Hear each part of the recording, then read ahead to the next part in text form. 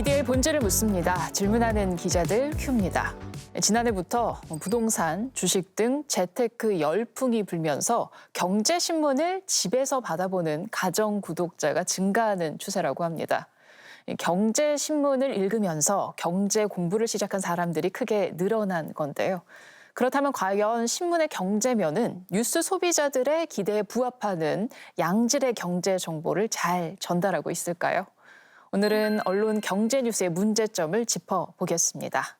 또 이어서 Q+에서는요, 미디어 기술을 적극 활용해서 기사의 진국을 맛보게 하는 기자들을 만나보겠습니다. 그럼 오늘 함께할 분들 소개해드리겠습니다. 조수진 장신대 교양학 미디어 트랙 교수 모셨습니다. 안녕하세요. 네, 안녕하세요. 네, 교수님 평소에 경제 뉴스 잘 보세요? 사실 어려운데요. 근데 저는 이제 학생들이 많이 만나잖아요. 근데 요즘 젊은 학생들이 경제에 굉장히 관심이 많아요. 그래서 그 친구들은 또 관심만 많은 게 아니라 공부도 많이 하거든요. 그렇죠. 그래서 저도 같이 대화를 하려면 좀 안 찾아볼 수가 없습니다. 저도 언제부턴가 살펴보게 되더라고요. 그게 뭐 대단히 공부를 하려고 돈을 벌려고는 아니고 그냥 안 보면서 손해볼까 봐. 그래서 열심히 따라가곤 있는데요. 그래서 오늘 경제 전문가 한 분을 더 모셨습니다. 이상민 나라살림연구소 수석연구위원입니다. 안녕하세요. 예, 안녕하세요. 네, 그럼 위원님은 경제 뉴스를 정말 막 섭렵하고 계시겠어요. 매일매일 보고 있고요. 네. 경제 뉴스 계속 보면서 이 뉴스는 어디가 틀렸을까 그런 걸 찾아보는 게 제 취미입니다. 아, 그게 취미세요? 예. 그걸 취미라고 할 수 있구나. 네. 자, 그리고 KBS 김나나 기자도 소개해드립니다. 어서 오세요. 안녕하세요. 네. 자, 그럼 경제 뉴스의 문제점 짚어보는 이야기 본격적으로 시작하겠습니다.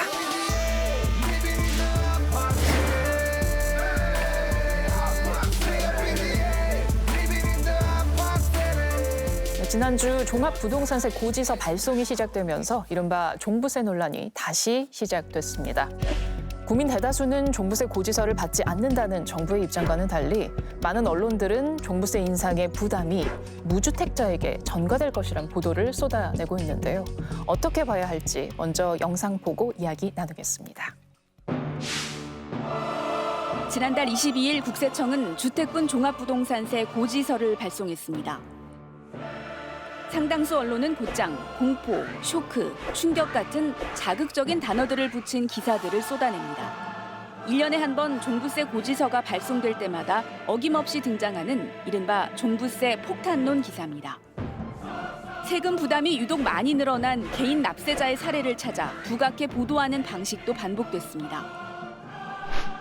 그러면서도 전체 납세자가 얼마나 늘었는지를 설명할 땐 개인 납세자뿐만 아니라 상대적으로 더 많이 늘어난 법인 납세자 수를 한꺼번에 계산해 부담이 더 커진 것처럼 전했습니다. 반면 종부세 폭탄론은 맞지 않다며 종부세 부과는 법인과 다주택자에 집중된 점을 강조하는 기사들도 있었습니다. 하지만 이 경우에도 시가 17억 원 아파트 종부세 고작 8만 원으로 제목을 뽑아 다는 등 일부의 사례를 전체 분위기인 것처럼 보도하는 방식은 여전했습니다. 어느 쪽이든 종부세를 이분법적으로만 바라보고 그에 맞는 사례를 찾을 뿐 종부세 증감에 대한 의미를 분석하는 기사는 찾기 어려웠습니다. 홍남기 부총리 겸 기재부 장관이 98% 국민은 종부세와 무관하다고 언급한 데 대해서도 언론사들의 보도는 갈렸습니다. 서울신문은 집 없는 갓난아이까지 따져서 국민의 2%만 종부세 낸다는 정부라며 통계적 착시를 이용한 눈속임이라고 강조했고, 조선일보는 유주택자 가구수 등 납부 대상 범위를 좁히는 방식으로 납부자 비율을 키워 계산한 기사를 전했습니다. 정부가 계산한 기준과는 아예 다른 기준으로 분석한 결과입니다.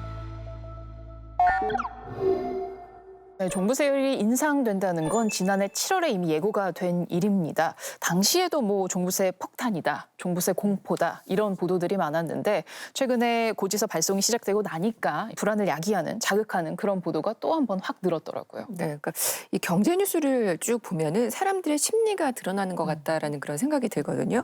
예를 들면 뭐 종부세가 위장 이혼 부추긴다, 또 종부세 감당 못해 이혼을 결심했다라는 이런 뭐 가정 내의 어떤 고충들 이런 것부터 또 이 전쟁 나옵니다. 종부세 폭탄을 넘어 종부세 피폭자라든가 살려달라 곡소리 뭐 이런 거의 그 전쟁통이나 다름없는 참혹한 기사 제목들까지 등장을 하거든요.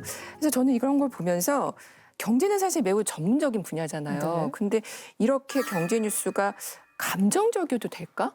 네, 이런 의문이 좀 드는 경우가 굉장히 많습니다. 네, 기사 제목만 봐도요 왜 이렇게 극단적이고 살벌한지 모르겠어요.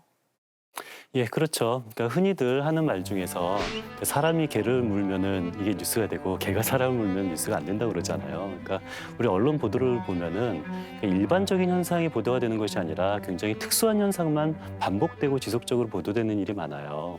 그러니까 그것을 종부세로 얘기를 하다 보면은요. 그러니까 종부세 부과를 통해서 생기는 그런 일반적이고 정상적인 문제도 있고 굉장히 독특하고 특이한 문제도 분명히 있어요. 그런데 언론에서 보면은 아주 예외적이고 독특하고 특이한 문제만 집중적으로 반복적으로 계속 보도가 되다 보니까 종부세가 이런 건가? 라는 그런 생각이 들 수도 있겠죠. 예전에는요 농담 삼아 그런 얘기도 하고 했거든요. 아우 나도 종부세 내고 싶다. 나도 그런 집 있으면 낸다. 막 그랬어요. 그러니까 그런 기본적인 인식이 종부세를 내면 고가의 아파트를 소유하고 있다. 이런 인식이 있었는데 최근 기사 분위기를 보면요. 그게 아니에요. 그냥 오히려 서민들이 종부세 인상에 부담을 직격탄을 맞은 뭐 그런 논조의 기사들이 많더라고요. 왜 분위기가 이렇게 된 거죠? 네, 우리가 종부세 부과 기준에 대해서 먼저 좀 얘기를 해야 될 것 같은데요. 종부세는 특정한 조건에 속하는 대상에게 부과되는 세금입니다. 그러니까 1주택자의 경우에 공시가격을 기준으로 11억 원이 넘는 집을 소유를 했다면 과세 대상입니다. 근데 이게 공시가격을 기준으로 한 것이기 때문에 흔히 얘기하는 시가로 따진다면 뭐 15억 원, 16억 원이 넘는 주택을 소유했을 때 과세 대상이 됩니다. 근데 최근에는 이 부동산 가격이 올랐고 또 공시가격 현실화도 상당 부분 이루어졌기 때문에 네. 공시가격 자체가 많이 올랐습니다. 그러니까 14년 만에 최대치로 오른 상황이거든요. 그러니까 종부세 대상자들 입장에서는 부담스러울 수밖에 없습니다. 그래서 일각에서는 뭐 이 종부세의 부담이 세입자의 세 부담으로 이어진다라는 보도들도 계속해서 나오고 있습니다. 그런 기사들 보면요. 종부세가 오르면서 뭐 임대인의 갑질이 늘어날 거다. 결국 그 오른 종부세가 임차인에게 다 부담이 될 거다. 이런 식의 기사가 많은데요. 실제로 그런가요?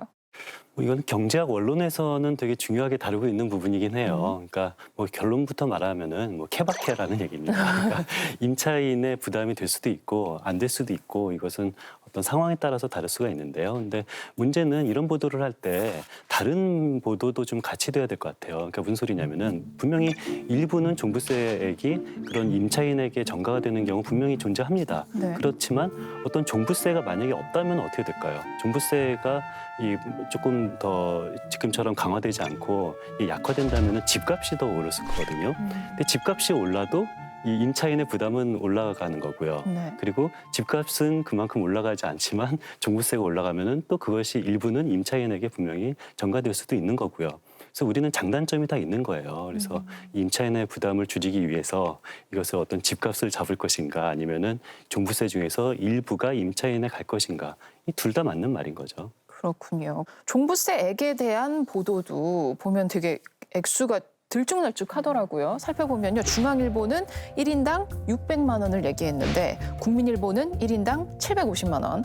서울신문은 더 나갔어요. 1인당 834만 원. 이게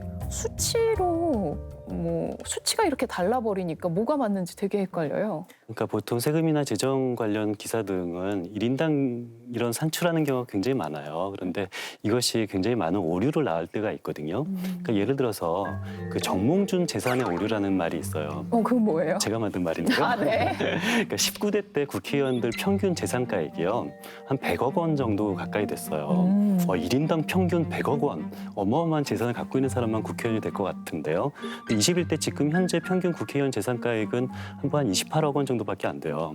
그러면 평균 재산가액이 19대는 100억 원, 지금은 한 28억 원. 네. 그러면은 갑자기 가난한 28억 원이 가난하진 않지만요.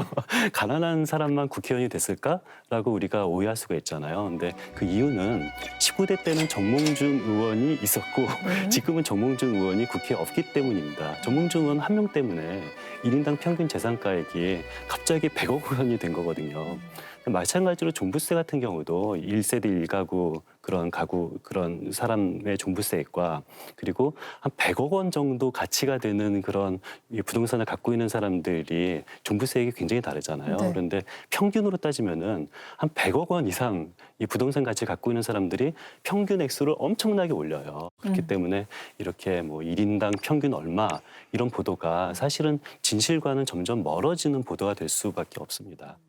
그러니까 사실 이제 보도에서 이렇게 1인당 얼마로 이렇게 계산을 하면 마치 전 국민이 그 종부세 대상, 과세 대상인 것처럼 하는 그 착시 효과가 나타날 수 있거든요. 그러니까 뭐 해당되지 않는 분들도 대부분의 분들도 나도 그럼 종부세를 내야 되는 건가? 이런 생각을 하게끔 하는 그런 보도들인 거죠, 이게. 그럼 효과적으로 전달을 하려면 어떤 식으로 보도를 해야 될까요? 좀 분야별로 나눠서 해야 돼요. 그러니까 예를 들어서 이 법인들은 뭐 법인 하나당 얼마, 1세대 1주택자들은 얼마, 뭐 1세대 다주택자들은 얼마 이런 식으로 나눠서 보도하는 것이 맞거든요. 그러니까 예를 들어서 1세대 1주택자 중에서 한 70% 정도는 한 시가 한 20억 정도 주택을 보유한 사람이에요. 네. 이런 분들 같은 경우는 1인당 평균 한 50만 원 정도 종부세를 내거든요. 그래서 우리가 평균을 따진다면은 한 구간별 평균 뭐 이런 식으로 나누는 것이 훨씬 실제 사례를 이해하는 데 도움이 되는 거죠. 그렇군요. 좀 세분화해서 전해야 오해가 없을 것 같아요. 네, 맞습니다. 근데 또 정부 측도요, 유리한 정보를 부각해서 전달한다는 느낌을 지울 수가 없는 게요. 종부세 대상은 국민의 2%에 불과하다. 이런 식으로 입장을 냈거든요. 근데 그 2%가 나오기까지는 정말 갓 태어난 아기까지 온 국민을 다 포함을 시켜서 내놓은 통계인 거잖아요. 그러니까 좀 현실감이 없게 느껴져요. 아, 예. 그건 정말 저는 맞는 말로 동의하고요. 그러니까 종부세는 사실상 내가 내기도 하지만 우리 가구가 대표적으로 내는 거잖아요. 그렇죠. 그렇기 때문에 전체 종부세 내는 사람을 전체 뭐 신생아까지 이 인구수로 나누는 것은 좀 의미가 없는 것 같고요. 네. 그래서 저는 가구 수로 기준을 하는 것이 더 옳을 것 같아요. 그럼 그러니까 가구 수로 하면 전체 가구에서 종부세 내는 가구는 몇 %나 돼요? 그럼 전체 가구 수로 나누면 한 4%. 그래서 4% 정도의 가구가 종부세를 내고 있다라는 것이 2%보다는 더 현실적인 말인 것 같습니다. 국민의 2%에 불과하다는 정부 입장, 그 통계가 좀 현실감이 없다 이런 얘기 우리가 좀 해봤는데요. 이를 보도하는 일부 언론의 통계에도 또 오류가 있었죠. 뭐 언론들 통계가 각각 자기 입맛에 맞는 그런 통계들을 인용을 해요. 어떤 언론 같은 경우는 뭐 수도권만 한정될 수도 있고요. 근데 네. 그럴 거면 차라리 그냥 강남구만 한정하면은 훨씬 더 이게 퍼센트는 올라갈 수도 있는 거고요. 그래서 우리가 처음부터 목표를 지니고 있는 경우가 많아요. 좀 숫자를 높여야겠다 또는 숫자를 낮춰야겠다라는 목표 의식에 따라서 통계 모수를 어떻게 설정하냐에 따라서 어떤 우리가 큰 숫자를 원하면은 큰 숫자를, 작은 숫자를 원하면은 작은 숫자를 이렇게 얼마든지 산출할 수 있다라는 사실은 우리 독자분들이 좀 정확하게 도대체 통계 보수가 뭐냐 좀 정확하게 좀 봐야 될 것 같습니다. 네. 언론이 어떤 의도를 가지고 있으면 그에 맞는 통계를 만들어내는 건 참 쉬운 일 같다라는 굉장히 생각이 쉬운 들어요. 일입니다. 그러게요. 네, 이런 상황을 잘 대변하는 노벨 경제학상 수상자의 얘기가 있는데요. 그 로널드 코스의 얘기입니다. 데이터를 오래 고문하면 이 데이터는 어떤 말이라도 자백한다 이런 얘기를 한 적이 있거든요. 그러니까 우리가 얘기하는 어떤 사실의 좀 억지 주장이라고 하더라도 이 억지 주장을 대변할 수 있는 데이터는 충분히 존재할 수 있다는 것입니다. 그러니까 우리가 데이터를 얘기할 때 그리고 이 데이터를 활용해서 기사를 쓰거나 읽는 사람이나 데이터가 등장한다고 하면 좀 주의를 기울여서 봐야 할 것 같습니다. 자, 그런가 하면요. 지난달에는 우리나라 경제가 큰 위기에 빠진 것 같은 뉴스가 전파를 탔습니다. 우리 경제 기초 체력은 OECD 국가 중 꼴찌로 내려가고 나라 빚의 증가 속도는 앞으로 5년간 선진국 가운데 가장 빠를 거라는 전망이 나왔습니다. 쉽게 말해서 우리나라는 선진국 중 앞으로 5년 동안 빚이 가장 빨리 느는 나라가 될 거다는 겁니다. 그 보도의 출처는요. OECD와 IMF의 보고서였는데요. 언론이 이 보고서를 잘못 해석했다 이런 비판이 나와요. 네, 처음 보도는 11월 8일자 연합뉴스 기사였는데요. 그 연합뉴스 기사가 나간 이후에 같은 날 저녁에 TV조선과 MBN이 같은 뉴스를 보도했습니다. 그리고 그 다음 날에는 조선일보, 중앙일보 그리고 경향신문도 사실상 연합뉴스가 처음 기사를 썼던 내용과 거의 같은 내용의 기사들을 전했고요. 근데 문제는 이 기사들이 강조한 부분이 하나같이 이 OECD 보고서의 전체 내용 가운데서 유독 우리 경제를 좀 부정적으로 볼 만한 부분을 부각해서 보도했다는 것이었거든요. OECD 보고서에 어떤 내용이 담겼는지 들여다봤습니다. OECD가 지난달 발표한 보고서입니다. 2060년까지 회원국을 비롯한 48개 나라 재정 전망을 담고 있습니다. 먼저 국내 대다수 언론이 집중해 보도한 1인당 잠재 실질 GDP 성장률입니다. 1인당 잠재 실질 GDP 성장률은 한 나라의 경제가 큰 부작용 없이 최대로 성장할 수 있는 능력 정도로 이해할 수 있습니다. 보고서를 보면 우리나라는 현재 OECD 평균을 크게 웃돕니다. 하지만 점차 하락세를 이어가다 12년 뒤인 2033년을 기점으로 OECD 평균을 밑돌 것으로 예측됐습니다. 상당수 언론은 한국 1인당 잠재 성장률 OECD 최하위권이라는 제목으로 기사를 쏟아냈습니다. 그런데 이와 별도로 OECD가 집중한 또 다른 통계가 있습니다. 성장률이 아닌 경제 규모를 보는 1인당 잠재 실질 GDP인데 우리나라는 당장 내년부터 OECD 평균을 웃돌고 20년 넘게 우위를 차지합니다. 고용률 역시 2011년 이후로는 OECD 평균을 크게 웃도는 것으로 분석되는데 역시 대다수 국내 언론에 언급되지 않았습니다. 결국 OECD가 공개한 다양한 지표 분석 가운데 우리 경제가 부정적으로 비춰질 만한 자료만 뽑아 보도했다는 지적을 피하기 어렵습니다. 경제 성장률이 특정한 지점에서 우리가 OECD보다 하락하고 있다는 그 부분만 강조해서 보도를 하다 보니까 실질적으로 OECD 보고서에서 분명히 명시하고 있는 1인당 GDP에 대한 성장 또 고용 동향에 대해서도 성장하고 있는 그 부분을 누락하거나 보도하지 않는 것은 시청자 입장에서는 우리나라 경제가 위기에 있고 부정적인 인식을 가질 수밖에 없는 다소 왜곡된 보도라는 문제 지적을 하고 싶었습니다. OECD 보고서를 인용해 적은 기사들의 문제점을 좀 짚어봤는데요. IMF 보고서를 인용해서 적은 기사들의 경우에는 아예 원문에 없는 내용을 인용을 해서 보도를 했다. 이런 지적이 나와요. 그걸 인용이라고 말해도 될지 모르겠어요. 그 연합뉴스가 처음 보도하고 거의 모든 언론이 따라 쓴 기사가 있어요. 그 IMF하고 이 따옴표를 쳐서 따옴표 안에 IMF에 따르면 한국의 이런 그 GDP 대비 국가 채무 비율이 이 선진국 중에서 가장 많이 증가했다라고 말했다라는 보도가 거의 모든 언론에 나온 적이 있는데요. 네. 근데 놀랍게도 IMF는 그런 말을 한 적이 없어요. IMF는 그런 말을 하는 것이 아니라 그냥 IMF 보고서를 보고 어떤 연합뉴스 기자분이 네. 이것을 보고 해석을 한 거죠. 이것을 해석을 해봤더니 뭐 21년도부터 26년도까지 가장 한국의 요 부채 비율이 가장 빠르게 늘었다라고 해석을 한 거예요. 그런데 그 해석은 유일한 해석이 아니거든요. 예를 들어서 시기만 달리 끊으면은 얼마든지 다른 해석이 나올 수가 있어요. 그래서 이 어떤 구간을 어떻게 해석하냐에 따라서 부정적인 해석 그리고 긍정적인 해석 둘 다 가능한 겁니다. 그런데 하필이면은 그것이 어떤 나의 해석이라고 말하지 않고 IMF에 따르면 네. 이 따옴표를 한 따옴표까지. 것이 문제라는 거죠. 이런 식으로 통계를 좀 선택적으로 해석을 하는 일이 흔한가요? 예, 좀 있습니다. 지난 6월 최저임금 인상을 놓고 조선일보는 일자리 13만 개가 사라진다. 그다음에 문화일보는 일자리 30만 개가 사라진다. 그다음에 이제 점점 늡니다. 아주경제는 일자리 56만 개가 사라진다라고 보도를 했거든요. 학계에서는 일자리가 늘어난다라는 사실 연구도 많은데 거의 절반 정도라고 해요. 그런데 일자리가 줄어든다라는 연구만 선택적으로 언론들이 보도를 한다. 그래서 참 나쁜 뉴스다라고 이제 지적을 하거든요.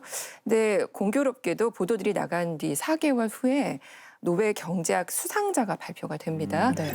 누가 됐냐면 최저임금이 인상돼도 일자리가 줄어들지는 않는다라는 사실을 실증적으로 분석한 데이비드 카드 교수가 수상에 영광을 안습니다. 네. 이런 걸 쭉 보면서 경제 뉴스가 어떻게 객관성을 유지해야 되는지 다시 한번 좀 생각을 해보게 됩니다.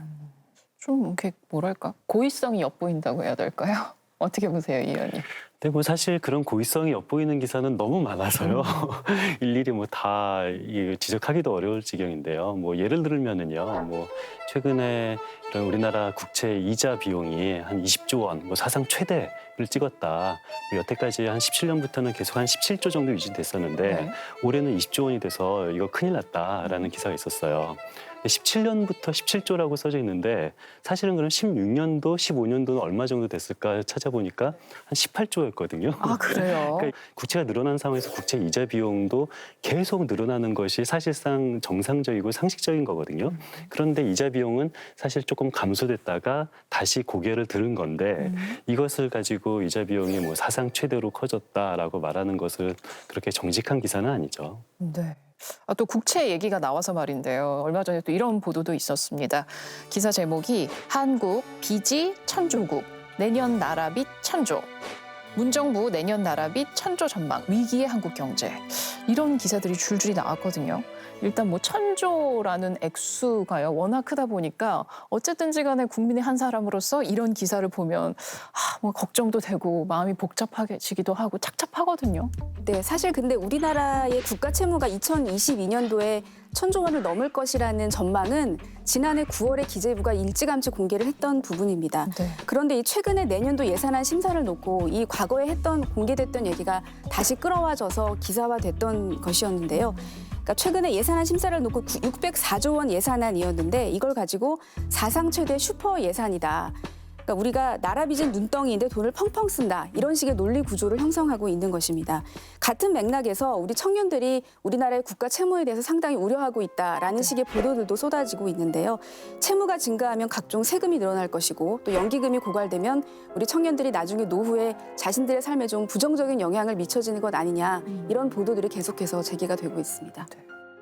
참 이게 경제 기사가 뭐 사상 최대라고 말하면서 굉장히 협박을 하면은 굉장히 두려워지는데요. 근데 뭐 경제 기사 뭐 좀 어렵잖아요. 근데 어렵지만 그 중에서 좀 쉽게 우리가 좀 걸러낼 수 있는 기사에 좋은 팁이 하나 있어요. 어떤 그게 거요? 뭐냐면은 사상 최대, 사상 최초라는 말은 일단 좀 의심을 하고 보는 것이 가장 좋습니다. 이게 왜 그러냐면은 보통 경제 수치는 점점 늘어나서 항상 사상 최대, 항상 사상 최초를 기록하는 것이 너무도 당연한 일이 많거든요. 예를 들면은 뭐 GDP도 항상 늘어나고 물가도 항상 계속 상승하고 있는 거잖아요. 그러면은 국가 지출 규모는 매년 늘어날 수밖에 없어요. 그랬을 때 뭐 우리가 뭐 GDP, 올해 GDP는 뭐 사상 최대로 1,900조가 됐다 이런 말은 안 하잖아요. GDP 늘어나는 게 정상이니까.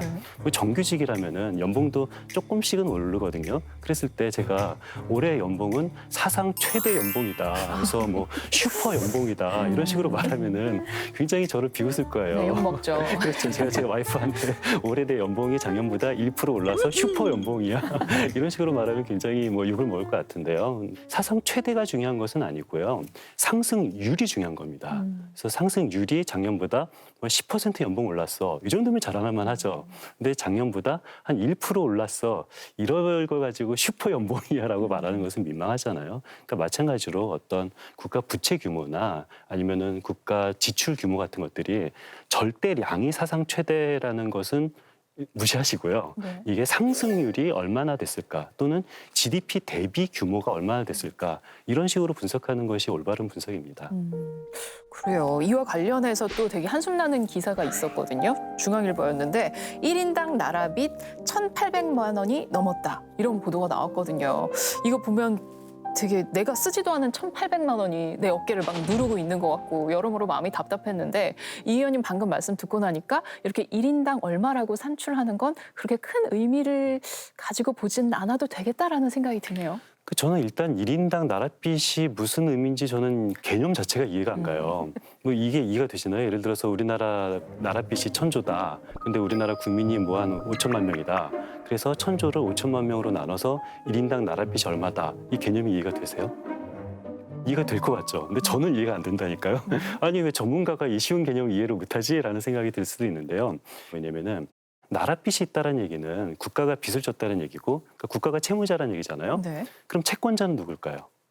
채권자는 대한민국 국채를 구입한 사람이 채권자예요. 근데 누가 대한민국 국채를 구입할까요?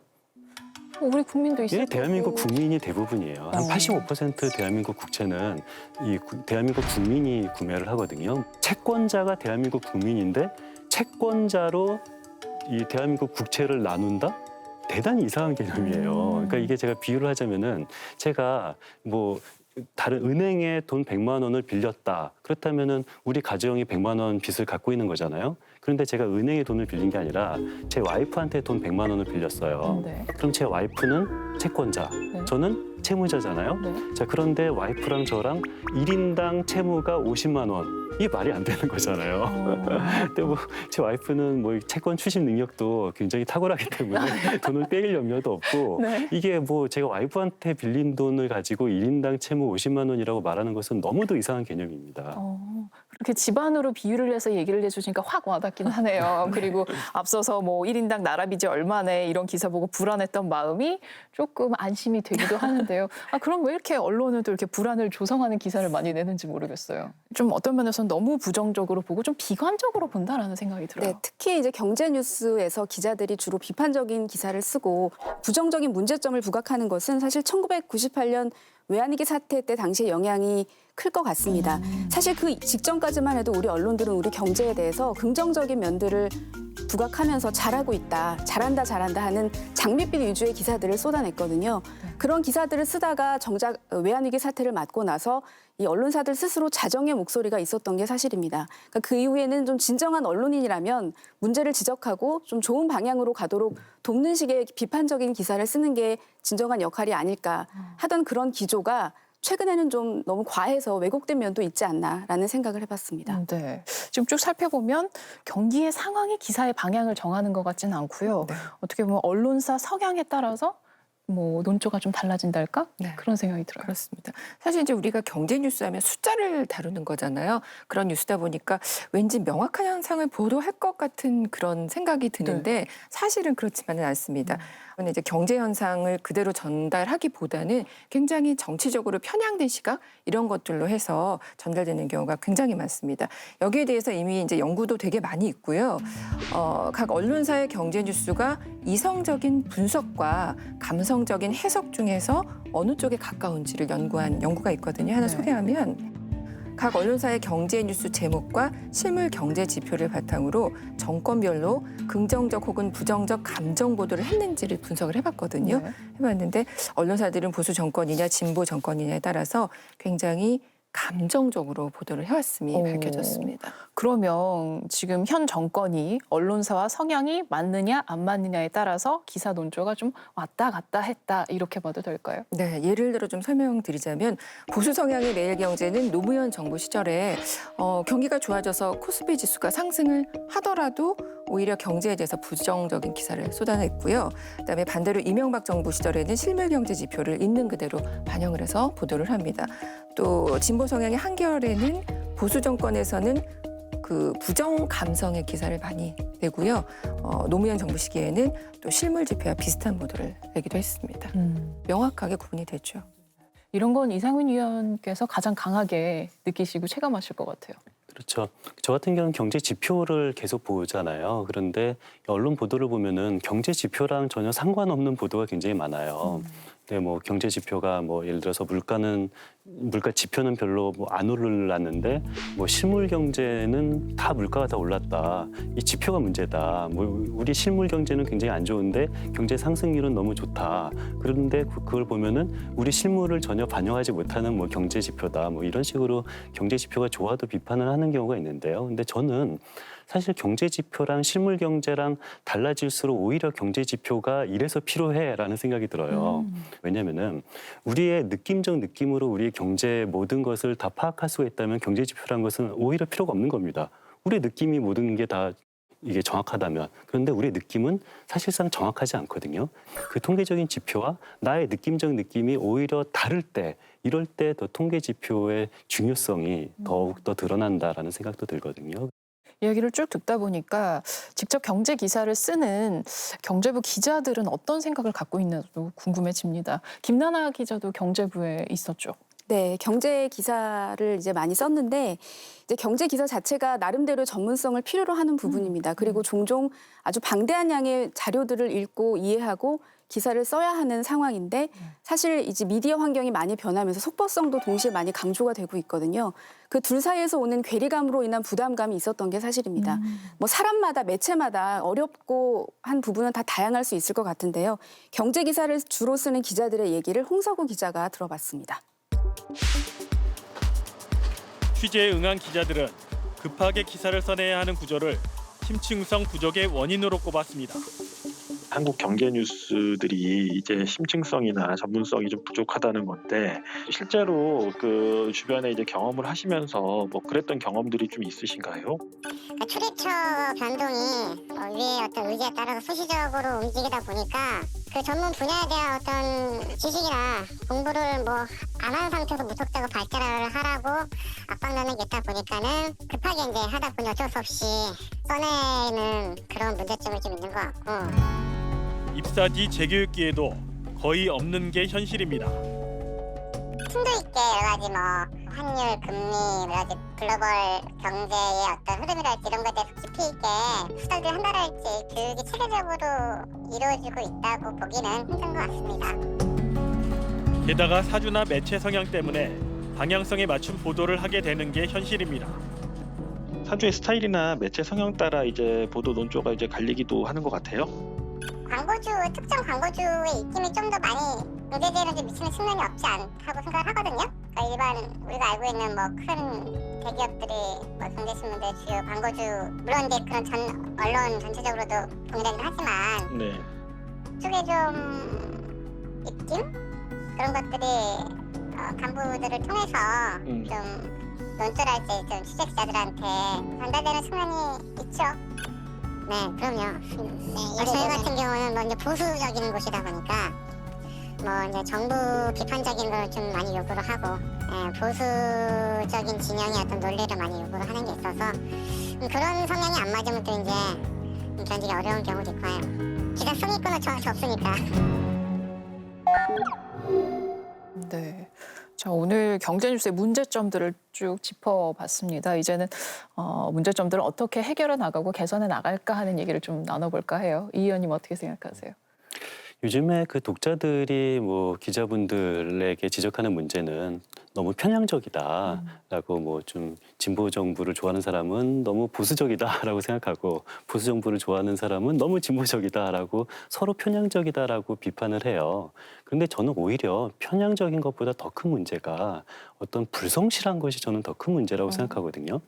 그 유행어 중에서 이건 팩트임 그런 유행어가 있거든요. 네. 그 한 가지 팩트만 있으면은 그냥 이거 팩트는 맞으니까 내가 여기에 대해서 무슨 말을 해도 돼라는 그런 안전장치가 있다라고 이게 오해를 하는 경우가 있어요. 그런데 어떤 한 가지 팩트가 맞다고 해서 이것은 또 진실과는 다를 수가 있거든요. 그러니까 무슨 소리냐면은 모든 정책은 장점도 있고 단점도 있고요. 어떤 것이 장점이 있으면은 거기에 수반되는 단점은 반드시 있는데 이것이 장점이 있다, 이것이 팩트다라고 해서 이것만 쓰는 것이 저는 꼭 편향적이어서 이것에 대해서 장점만 쓰거나 편향적이어서 이것의 단점만 쓰는 것이 아니라 불성실해서 이것에 대한 장점과 단점을 동시에 못 쓰는 거 아닐까라는 그런 생각을 가지고 있어요. 네, 조 교수님 어떻게 보세요? 네, 그 2011년에 노벨 경제학상을 수상한 크리스토퍼 심즈가 있는데요. 그 사람이 뭐라고 그랬냐면 경제학은 천문학에 가깝다라는 이야기를 했어요. 천문학. 예, 그만큼 예측이 어렵다라는 거죠. 예, 실제로 경제 현상에 대한 명확한 인과관계 밝혀내는 것도 굉장히 어렵고요. 이러다 보니까 그 사이사이 빈틈에 뭐 우리 상상력, 경험, 그다음에 가장 문제가 되는 건 정치가 개입한다는 거죠. 그러니까 그런 것들이 문제가 되는 게 아닐까라는 이런 생각을 좀 해봅니다. 네. 자, 경제 뉴스에 대한 관심이 여느 때보다 커지고 있는 요즘 언론이 해야 할 역할은 무엇인지 함께 고민해보는 시간이었습니다. 세 분 말씀 감사합니다.